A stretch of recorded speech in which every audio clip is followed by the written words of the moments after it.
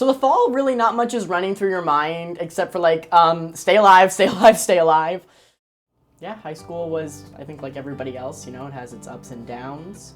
At that point in my life, my dream was to make movies. I love movies, wanted to make them, write them, edit them. I lost a lot of friends, didn't have very many going into that summer. I was kind of just on the outskirts trying to figure out what to do, very upset.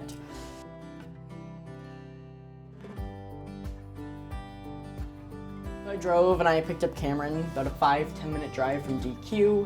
So we drive there. The plan was just to go on for like a hike for like an hour and then probably make our way back, maybe get like a coffee or something. It wasn't meant to be like a very long endeavor as it became.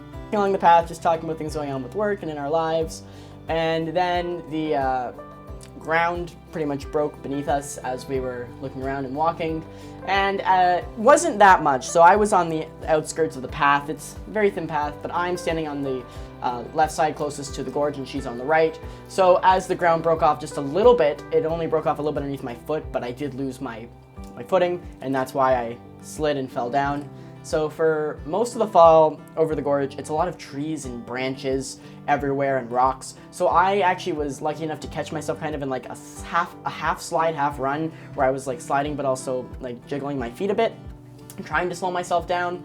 So as I went down, it was mainly just trying to avoid a bunch of branches and boulders, and I did pretty well. The gorge is a 65-foot drop, so I made it about 55 to 60 feet down before this small branch that kind of arched up like your classic way to trip someone in a cartoon. That's just something very easily and obvious you can trip on.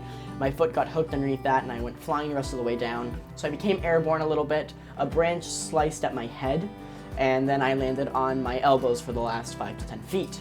So, landed, they were shattered, of course. I was in a lot of shock.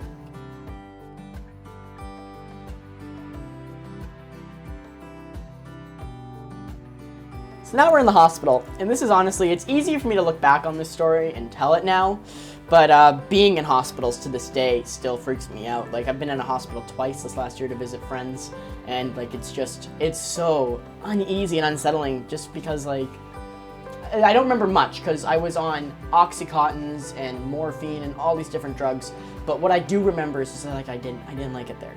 It's not a fun place to be.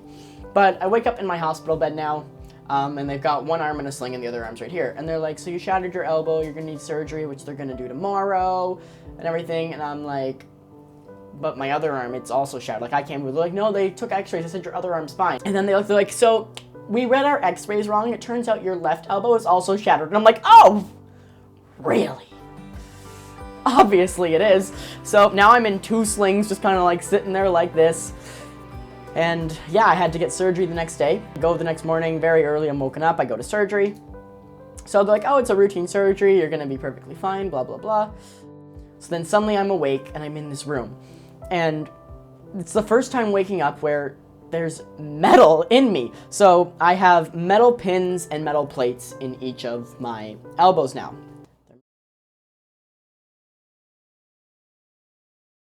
At the earliest instance of having PTSD and like flashing back to what I can remember is when I was finally able to shower on my own. And that's just where it started, where every time I closed my eyes, I was in that free fall. I could see my feet, see the boulders, the trees, everything. Like, that's just what I'm seeing. But coming out of it, it was more like it was just immediately like crying and freaking out, and I couldn't cope yet.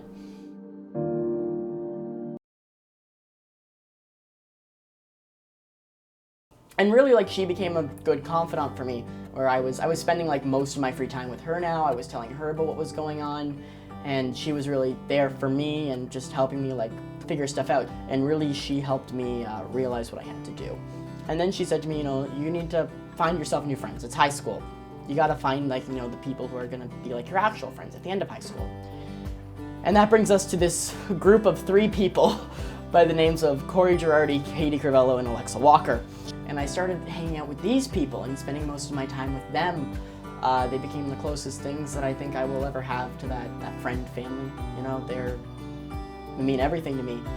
Been through thick and thin with them over the last 3 years. I fell in love with Katie, and we've been together ever since. So those people, like those 4 people specifically, including Ariel with that, are probably the people that really helped me pull myself out of there. And like every time I closed my eyes, I saw what happened. But just over those first few months of being with those people in my life, it started to fade and I was okay. And now I'm at a point in my life where I can talk about it freely. I can sit in front of this camera and not break down.